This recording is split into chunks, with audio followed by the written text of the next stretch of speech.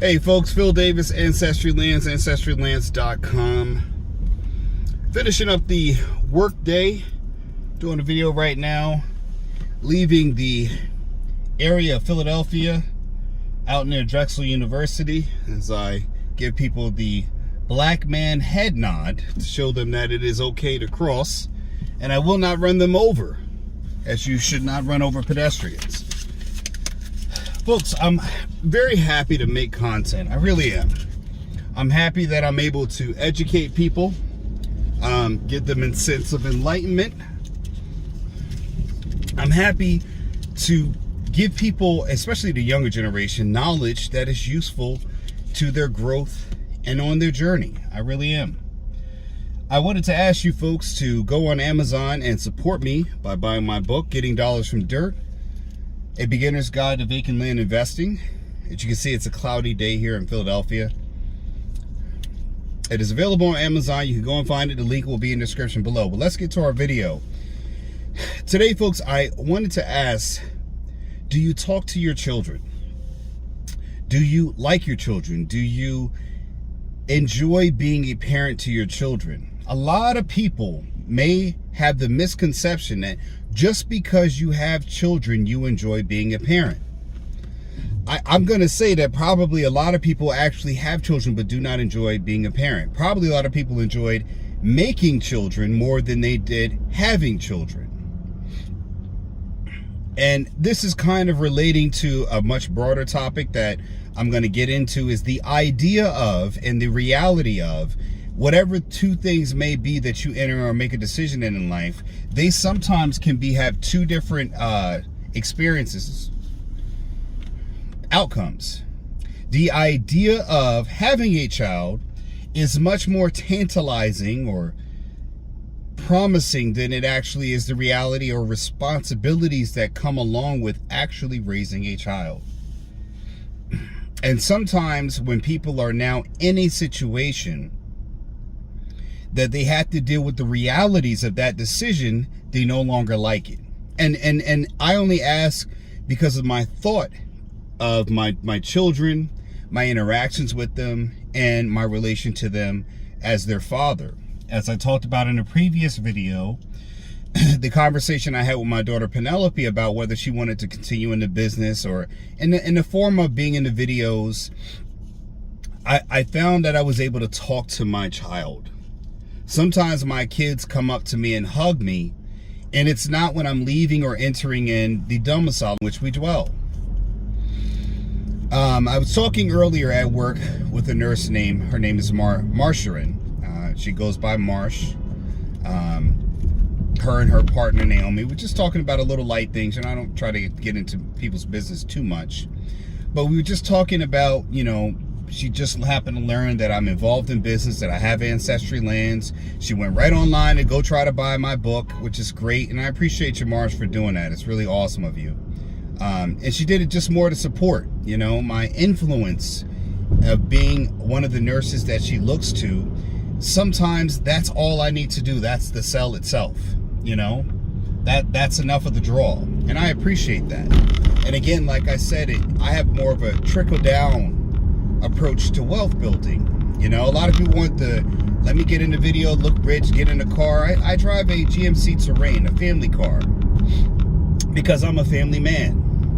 When I'm a millionaire, you'll see me drive a different car, but I never want it to be something that I'm not. And sometimes people hate you for that. And it's not because you're too real, it's because you're successful without faking it. You don't need to pretend to be something that is elevated. You're elevated, and you don't have to try. You don't have to pretend. You don't have to presume or make yourself out to be something more than what you are. It's like what snakes do or animals do, right? When they're attacked by a bigger animal, what do? They make themselves appear bigger than they are so as to be more threatening or more powerful to the predator, which is naturally overpowering them. And I always looked at that as being an animal instinct reflected upon fear. Because again, the fear of being consumed or appearing to be truthfully what you are, a predator might at that time, and when I say predator, I'm talking about an animal that in the animal world, that, it would hunt and consume you based upon that. And I've never tried to pretend I was something I'm not. I've always tried to be and show you all that success comes slowly. True success comes slowly. And it's being truthful to you, so that way, you can always identify liars based upon the difference between them and someone who tells the truth. So again, when I talk about the idea of versus the reality of, it's the same way when I'm talking about having that relationship with your children. My daughter, she said, hey dad, if anyone doesn't know, small recap, I put out a video. The video has like over 4,000 views about my daughter's joining the business to actively work in the business. And for me, starting to employ ideals to see if they work through research, such as employing your children into your business. And I didn't do it initially because it was I want to show everybody it's right or wrong. I did it because I saw the value in them learning a business from their father. It gives me a time to be closer to them. It gives me a time to do something that I know will benefit them in the future. Because, and realistically, in business, you're learning a whole bunch of skill sets. I mean, true businessmen are not tied to one business. That's just a business owner. But a businessman will operate in many different facets because they're interested in the art of business. You'll see many successful businessmen. Jeff Bezos owns Amazon, but Amazon does not sell one product, right? Because he's a businessman. He just happens to be also the business owner of Amazon, but Amazon's business model is not at selling one particular product. If anything, I would say Amazon actually happens to be a product delivery service. And that's what Amazon's main true identity is. It just so happens that they still are not delivering one product. So again, when you're dealing with your children, do you look at them as an extension of yourself? Do you talk to them? Or are you in the mechanisms, the automation of raising a child? You come home and you try to get through the day of getting them out of the way or getting them to sleep, and you're not really building anything with them. When you have a marriage and you go to get married, a lot of marriages fail because the marriages are built on love. And honestly, to me, that's the wrong approach, to marry because of love. And for the people who would object to that and give me a comment saying, oh, he's wrong because you need love in a marriage. Well, let me ask you this question. Why are there so many divorces? If love is something that is the reason why you should enter, then why is it not the same thing that you have that keeps you from exiting the marriage or staying within your marriage? But again, love is something, it's not unique to just, it only occurs at marriage. Because 9 times out of 10, we've dated someone that we've loved sometimes more than the person that we marry. We've had passion because we're dealing off of emotions. Because the idea of marrying without love it's such a horrible thing. But the reality is we divorce not in love, correct? No one says I love them so much, but I just decided I don't want to be with them. No one ever says that. No one ever breaks up when they're madly in love with someone. You don't do it. But again, we enter in these lifelong entanglements, obligations, responsibilities, decisions that are not, that in the longer run do not last as long as our emotional input at the time when we're doing a certain aspect in our life. You're excited about buying a house. You're moving into a brand new house. Yeah, the mortgage is this, and I hear this all the time with people. Yeah, we're gonna pay $800,000, and yeah, but we really just want to get a house, and we're tired of renting, we're tired of this, a whole bunch of emotion, right? And what happens 5 years down the line, or even a couple of years, like people who had the FOMO happening right now post-pandemic, right? Interest rates will never be this low again. We got to buy. But again, marry the rate, date the house, right? Or date the rate and marry the house, whatever. These little, slogans that they put into your mind to get you buying a product that they're looking to sell. Because again, 5 years down the line, you start to get used to the house, the novelty wears off, and now the work has to begin. And the same thing with a child. Oh, the baby shower, you get all these gifts. Girl, look at me, I'm pregnant. I've got to take all these pictures. Oh, the marriage. Oh, I get all these wedding gifts. I'm a bride. I get to do the pictures, the vacations, and this, and this. And then what happens a few years down the line? Now the work's got to begin. Now we're not getting dressed up for dates. Now you're seeing her with the makeup off. Now you're seeing her with, waking up in the morning. Not every day she looks good. Not every day she smells good. Not every day his nose is clean or his body is perfectly shaved. Some days his armpits might smell smelly. Most of the time he's got to go play basketball or whatever sport, and you don't smell how he is. You just look at him, you know he went to the gym, right? He comes to you with fresh cologne, fresh lineup, fresh shave. 5 years down the line, nobody's working out the same way. Nobody's as fit as they used to. You start getting older. The relationship changes. A baby's cute when they come out, but then the baby's got to go to sleep. Baby wakes up. Baby starts crying. Child gets older. Child misbehaves. Child needs you to look after him, but you've got other things to do. Where do your priorities lie now that reality is set in? And again, I say to you, a lot of times we are making decisions based on the now, not on the later. No pun intended. And again, that is because we're making emotional decisions based upon our feelings at the time. We're making lifelong, life-changing, heavy responsibilities bent upon the basis of emotion.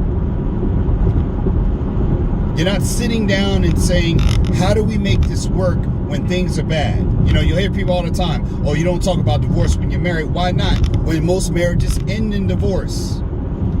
Why would you not talk about the worst thing that could happen if it happens more times, more than 50% of the times, when everyone does it?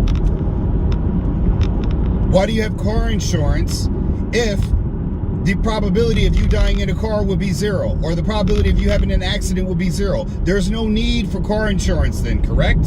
So why would we have it? Why would we need to talk about the need for insurance? Health insurance. Why would you have health insurance if the probability of you getting sick is 0 to none if you're an immortal, right? Why would you have health insurance? But when it comes to a marriage, it becomes taboo. But you gotta have life insurance. So they give you absolutes by telling you there's certain things you absolutely cannot talk about. Because why? When you're faced with hard discussions, you find out who people really are. You don't just find out who they are, you also find out what they're made of. I'm trying to get over in this rockhead over here. Goes up behind me, but it's okay because I'm going to keep my blinker on and hopefully someone will let me in.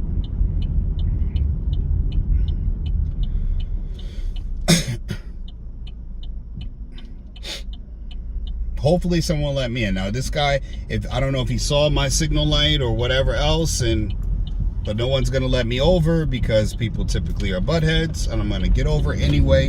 And I'm now right in front of the same person who was just behind me. Thank you. So again, we don't have those conversations because of that. Now, again, I had this conversation with my daughter. I have conversations with my children. I talk to them about, and what I do in dialysis, I do peritoneal dialysis for anybody who cares.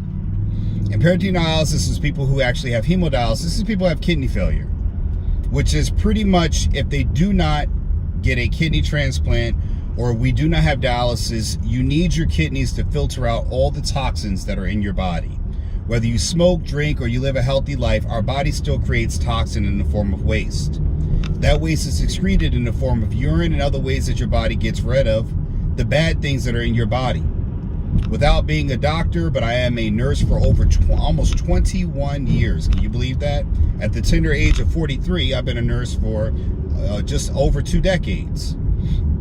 So again, kind of know what the hell I'm talking about most of the time. So I will say to you again that in this modality, I have to be certified. And at this job, if you do not get certified by passing your test, then you can no longer work in that job. It's not like in the hospital where you could be a med-surg nurse and you could just work and gain experience that way because you already passed your test. This is a specialization that requires you to get certification. So you can imagine, as my wife and children are going through their, day in and day out regular routine, I'm having arguments with my wife. And this is a conversation I had with my children, I'm telling you now, true to date. And I said that you're unaware of how much pressure your dad is under. And what I noticed that while I'm telling this story to my daughter, she went from standing to she sat down at the table.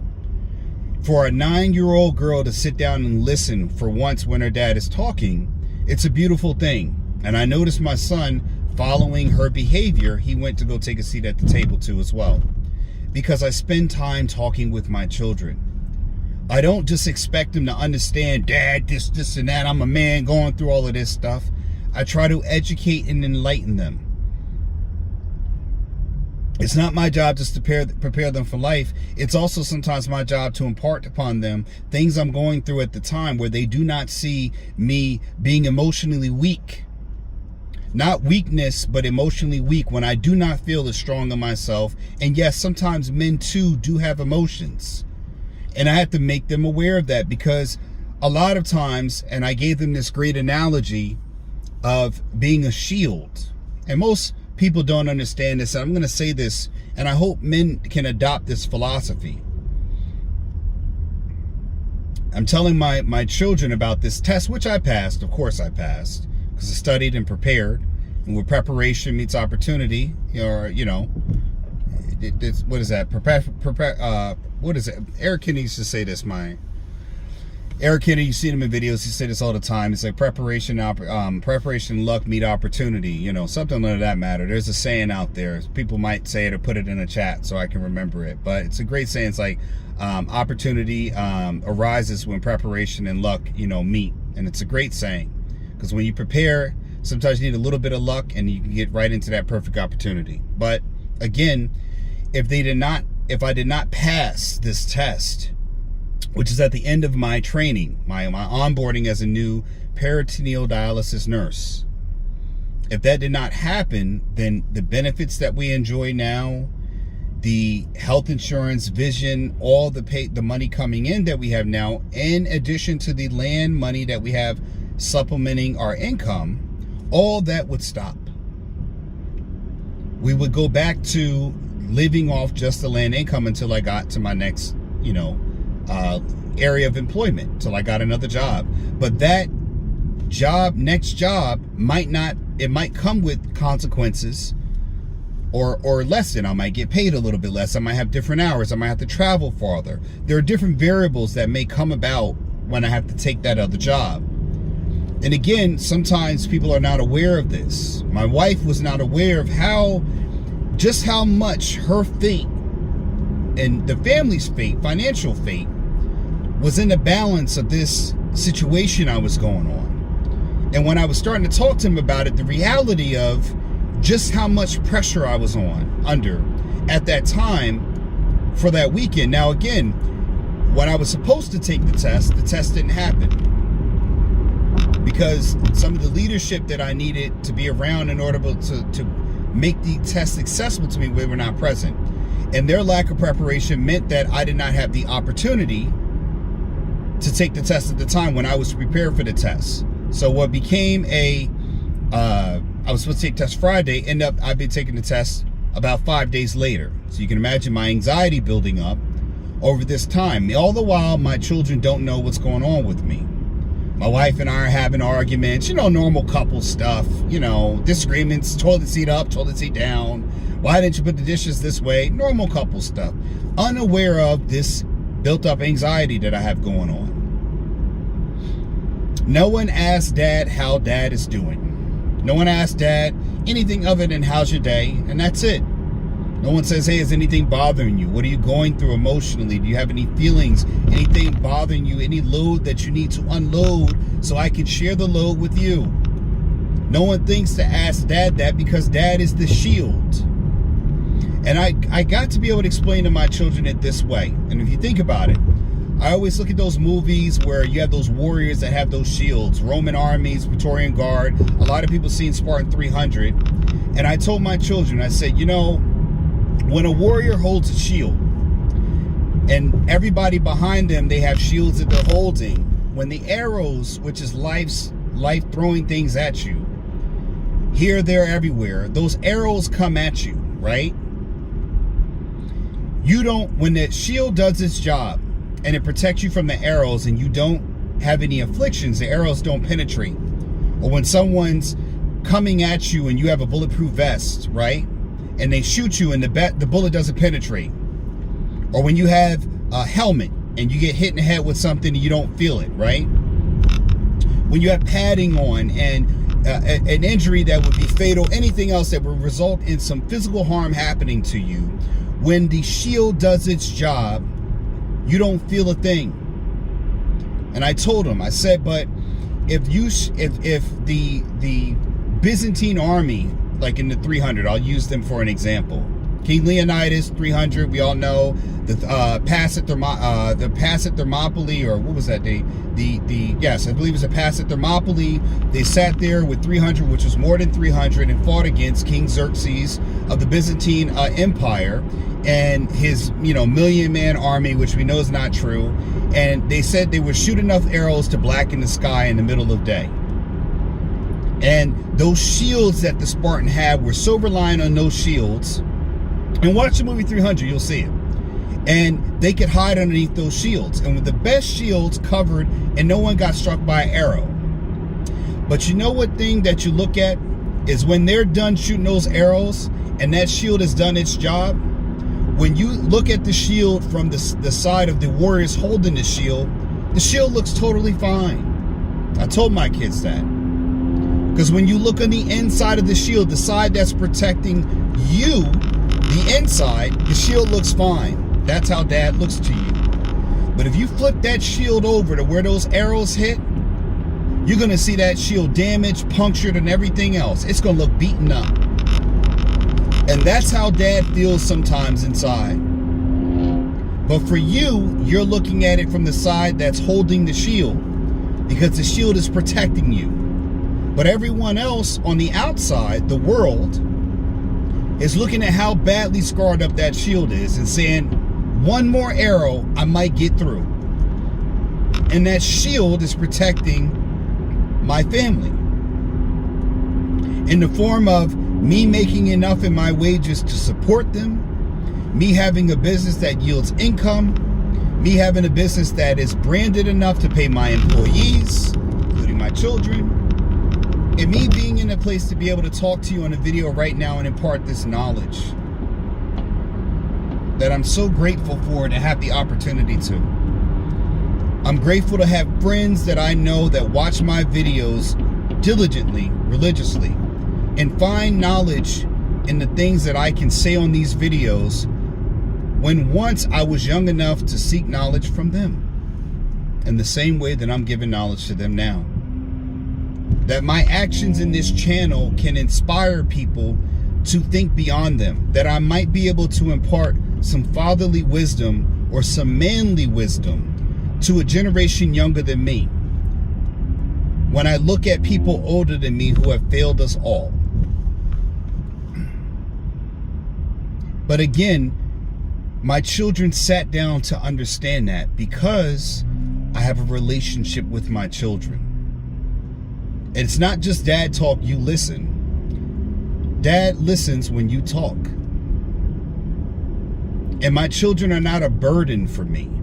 Your children should not be viewed as a burden. Because in a child's eye, their parents are almost a deity to them. You're not God, but you're some magical being beyond their understanding.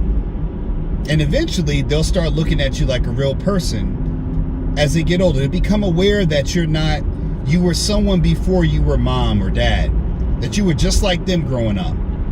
Your kids might even be surprised that you were a child at one point,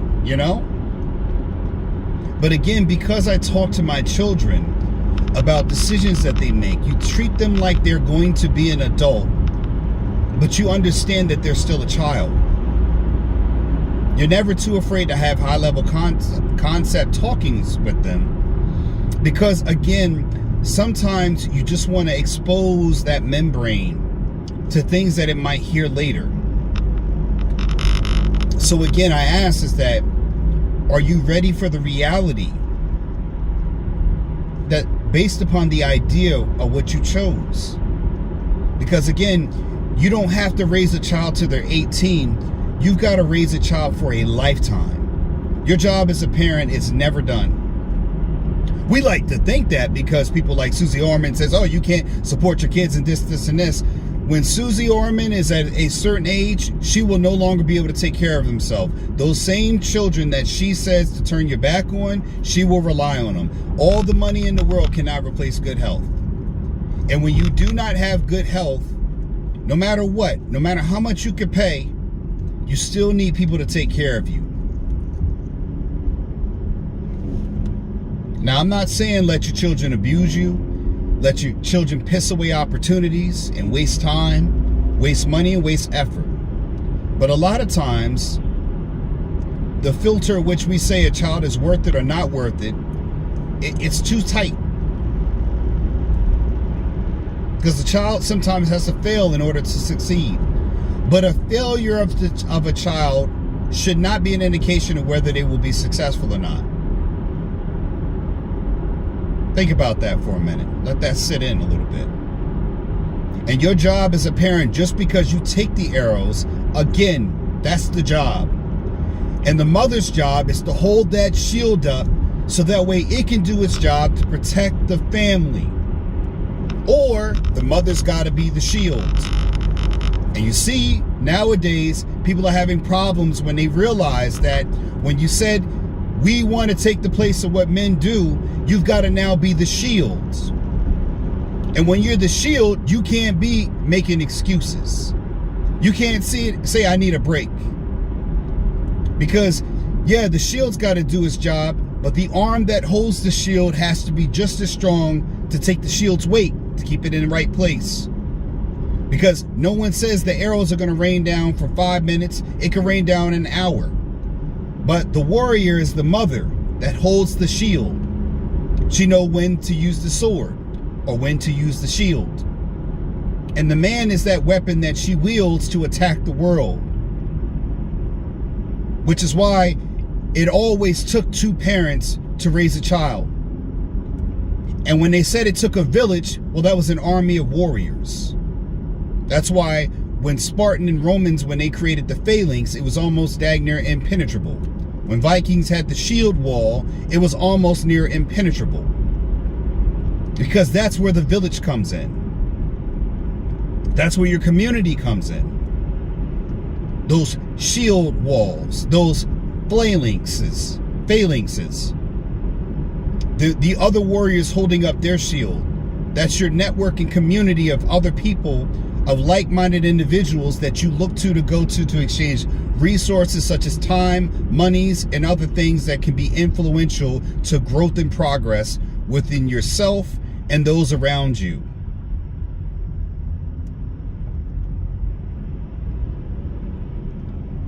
This is why you'll see people who are political enemies that are also political elites having some kind of intertwining history.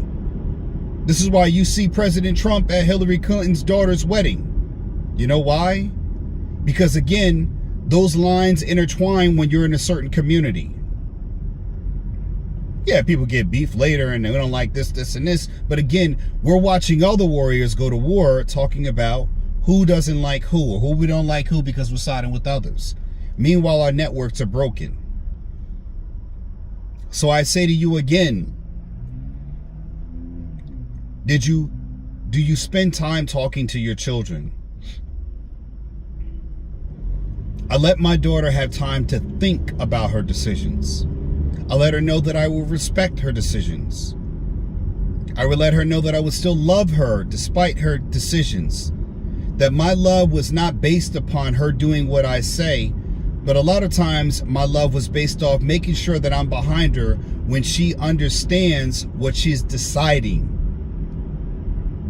And not only that, she would have my support either way, win or lose. So long as she was willing to accept the outcome. Now Dad's behind you. If you're unsure, then I can't support you. But if you're sure, if you fail to succeed, I'm still going to support you. You know why? Because you understood the risk, the benefits, and what the outcome would be if you did go forward, or you didn't choose, or you chose to stay behind. Right? You chose not to take advantage of the opportunity. Because again, if you won't regret it because you are firm with your decision making, then I know that I can support you whenever you've made a decision. You were willing to accept the risk, accept the loss. And again, when do you start that process with your child? When they're 30, 20, 18, 12, 15, or 8, or 9? Why don't you start now? Before it's too late. Before you don't have a tomorrow left to teach them anything. You will go by any cemetery and you'll see a plot of land full of people who had dreams, wishes, aspirations, coulda, woulda, shouldas, people who did it, people who talked about doing it, and people who never ever got around to doing it in that graveyard. There are tons of people who never got it done, who had wishes and hopes and dreams and never got it done, who thought tomorrow was coming and tomorrow never came. People who wanted to write a book but never got around to it. People who said I was going to stop smoking weed but never got around to it. People who said they were coming home and never made it back. People who thought they had more time to argue and disagree, but that tomorrow wasn't coming. They sat right where you were at any point of the day and then realized that their moment was coming up. Their ticket was about to be punched. They were checking out of here permanently. And whatever was left undone, whatever wasn't done at the time, whatever was going to wait for tomorrow, that you were going to put off today, it was never going to be addressed again. It don't mean that you got to live every day like it's your last, but you need to live every day because you don't know if it is going to be your last. You don't know how much time you have left with your children. And you damn sure don't know how much time you have until your own life is done. So stop wasting it. Stop wasting opportunities to talk to your children. Because more than likely, they're dying to talk to you. Your children probably want more time to interact with you, but they don't know how to do it. So why don't you take the lead? And it doesn't have to be anything at all, but the fact that you're having conversations with them is the start. And you should tell them about yourself, like I told my children about it. And one thing I know about with my children is that sometimes they give me hugs for no reason. And I realize that's when they're feeling something inside. And I asked my daughter, and I'll close with this. I said, baby, why'd you give me a hug? You know, I wasn't leaving or going anything. And she says, I just love you. That's it. I said, well, thanks, baby. I love you too. And that lets me know it's not because I'm leaving that they love me. But something inside of them says, I love you, Dad. And maybe she was looking for that push. Maybe she was looking just to be heard. Maybe she just wanted a little extra time to talk with Dad. You never know. And again, you may never ever get that opportunity. Tomorrow's never promised. Hell, the next moment's never promised.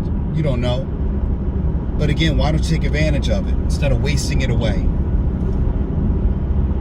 Stop looking at your kids like they're your enemy or annoyances or obstacles in your way to having a better life.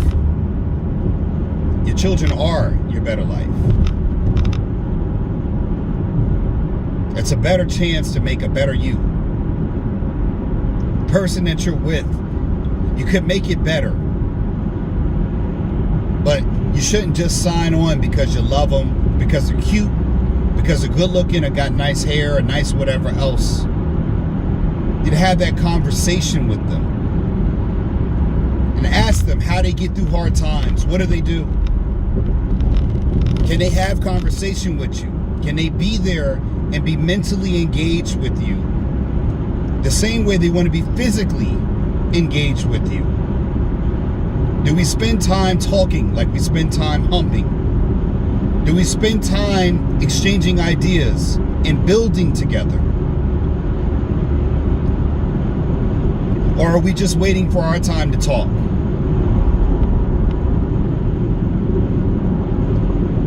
And the way you do this is by asking what is in that person's priority bank. What are their goals? What are they looking to establish? And then once you hear that, you need to analyze where they are working towards those goals. And if they are moving in a direction to accomplish those goals.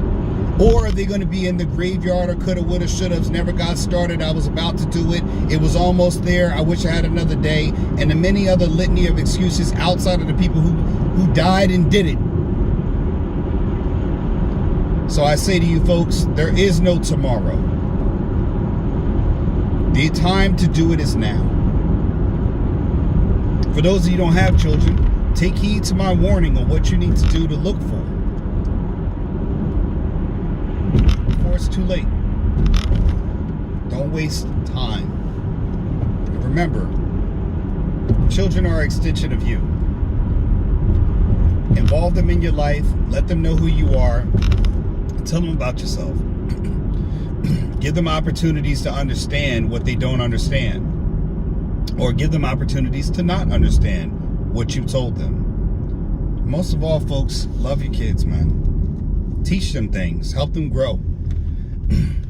Help them understand things by giving them knowledge, giving them skills. To get them to be successful. And hell, if you don't know, you don't have any skills, then you better work hard to hire people that can be skilled and useful to them. Expand your network. Any which way, folks, I hope you've been educated, enlightened, and entertained. Don't forget, my book, Getting Dollars from Dirt, is on Amazon. A Beginner's Guide to Vacant Land Investing is in the description link below. Make sure you like, comment, and share on Facebook and other platforms. Send it to your friends in the text message, man. Let them know there's some knowledge and gems in these videos, man. People need it more now than ever. They need people who are really, really doing it and authentic. Any which way, folks, I am your host, Philip Davis. Ancestry Lands, AncestryLands.com. Get some property, folks. Learn to leverage land in your benefit. Remember, you'll either own property or be owned as property. Phil Davis, and I'm out. Are you confused with today's real estate market? With high interest rates and overpriced housing, it can be hard to find something to own at the right price. Available on Amazon, Getting Dollars from Dirt by author Philip H. Davis is a game-changing book that invites you to embark on a thrilling exploration of this often overlooked asset class. This book is your roadmap to unlocking the secrets of vacant land investment. Inside these pages, you will uncover the transformative power of vacant land as a wealth-building tool. Discover how to spot promising properties, assess their true value, and capitalize on market trends. From understanding zoning and permits to leveraging financing strategies, you'll gain the knowledge and confidence to make savvy investment decisions. With each page you turn, you'll gain a deeper understanding of the profound impact your investments can have on the world around you. Getting Dollars from Dirt is not just a guidebook, it's a call to action. Whether you're a seasoned investor or a curious novice, this book will empower you to tap into the immense potential of vacant land and embark on a journey toward financial freedom and a brighter future.